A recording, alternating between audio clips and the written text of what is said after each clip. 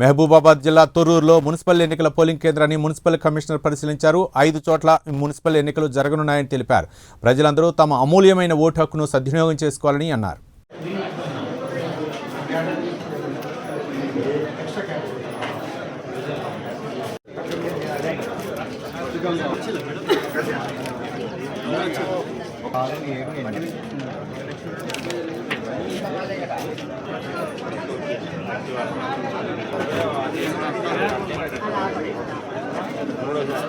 సిబ్బంది కోసం ఆసనం ఉన్నాయి.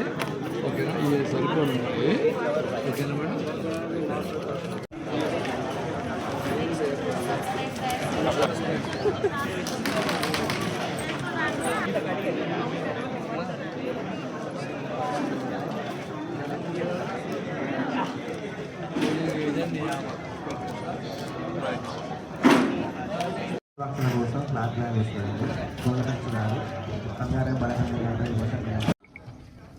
రేపు అనగా 11వ తేదీన జరగబోయే 2వ సాధారణ మున్సిపల్ ఎలక్షన్లకి ఈరోజు ఆర్యభట్ట స్కూల్లో డిస్ట్రిబ్యూషన్ సెంటర్ ఏర్పాటు చేయడం జరిగింది.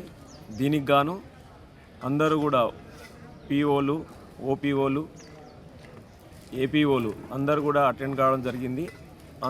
అందరూ కలిపి కూడా మనకు 32 మంది ఏపీఓలు, 32 పిఓలు, అదర్ స్టాఫ్ కూడా అందరూ అటెండ్ కావడం జరిగింది. వాళ్ళు ఈరోజు మధ్యాహ్నం ఈ స్కూల్ నుండి బయలుదేరి వారి వారి పోలింగ్ సెంటర్లకి బస్సుల ద్వారా చేరుకోవడం జరుగుతుంది.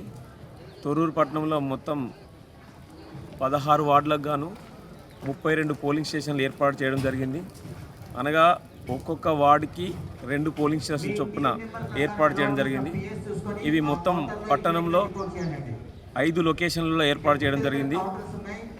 ఒకటి జెడ్పిహెచ్ఎస్ హై స్కూల్, అందులో 12 పోలింగ్ స్టేషన్స్. అదేవిధంగా జూనియర్ కాలేజీలో 10 పోలింగ్ స్టేషన్స్. అరిపిరాల రోడ్లో ఎంపీపీఎస్లో అందులో కూడా 4 పోలింగ్ స్టేషన్స్. దుబ్బతండ స్కూల్ దగ్గర అక్కడ ఒక 2 పోలింగ్ స్టేషన్స్. అంబేద్కర్ కాలనీలో 4 పోలింగ్ స్టేషన్స్.